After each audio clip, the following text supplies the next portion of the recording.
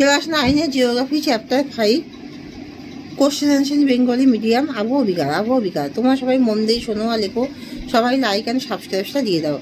নগ্নিভবন কীভাবে ঘটে? আবহাওয়া বিকার ও ক্ষয়ভবনের প্রক্রিয়ার সম্মিলিত প্রভাবে ও স্খলন প্রক্রিয়ার সম্মিলিত প্রভাবে ভূপৃষ্ঠের উপরে স্তরের বিচূর্ণীভূত পদার্থের অপসারণ ঘটলে নিচের শিলাস্তর উন্মুক্ত হয়ে পড়ে।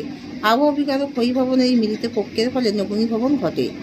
আবহাওয়া বিকার কাকে বলে? যে প্রক্রিয়ায় বিভিন্ন প্রাকৃতিক শক্তির প্রভাবে ভূপৃষ্ঠের উপরের অংশের শিলাস্তর যান্ত্রিক ও জৈবিক প্রক্রিয়ায় চূর্ণ বিচূর্ণ অথবা রাসায়নিক প্রক্রিয়ায় বিয়োজিত হয়ে মূল শিলা থেকে বিচ্ছিন্ন অবস্থায় সেখানেই পড়ে থাকে। এই প্রক্রিয়াটি হলো আবহাওয়া বিকার।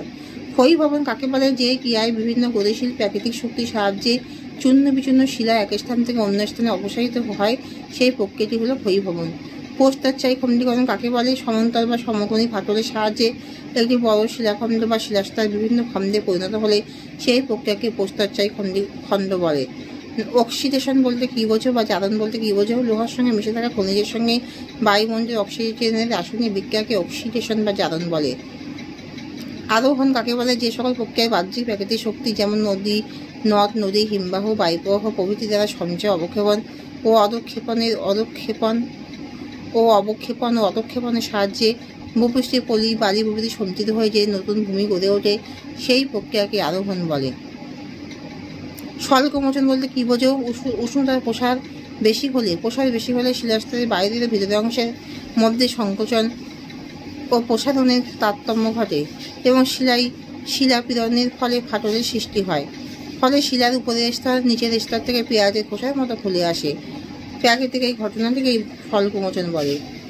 ক্ষুদ্রকণার বিস্ফোরণ কাকে বলে? মরুভূমি অঞ্চলের উষ্ণতার প্রবল তারতম্যের ফলে বিষম গুণসম্পন্ন শিলা গঠনকারী বিভিন্ন খনিজের সংশোধনকারী পদার্থের মধ্য দিয়ে ফাটল সৃষ্টি হওয়ায় শিলা চূর্ণ বিচূর্ণ হয়ে যাওয়াকে ক্ষুদ্রকণার বিস্ফোরণ বলে। হিউমাস কাকে বলে? উদ্ভিদ বা প্রাণীর মৃতদেহ অবশেষ জৈব পদার্থ হিসেবে শিলা বা মৃত্তিকার উপরিভাগে সঞ্চিত হয়। ওই সকল পদার্থ অতি সূক্ষ্ম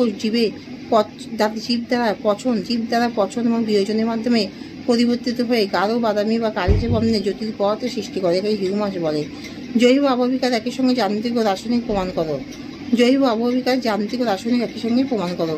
উদ্ভিদ ও প্রাণী পরোক্ষভাবে শিলাস্তরে বিচূর্ণীভবন করে থাকে। জৈবিক আবহাওয়া বিকার যান্ত্রিক ও রাসায়নিক আবহাওয়া বিকারের বিশেষ রূপ।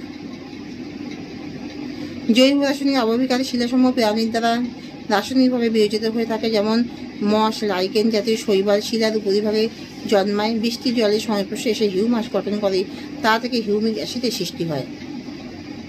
রাসায়নিক আবহাওয়া বিকারে শিলার কী পরিবর্তন ঘটে? রাসায়নিক আবহাওয়া বিকারের ফলে শিলা গঠনকারী খনিজের মৌলিক পরিবর্তন ঘটে এবং গৌণ খনিজে পরিণত হয়। এখানে শেষ করছি।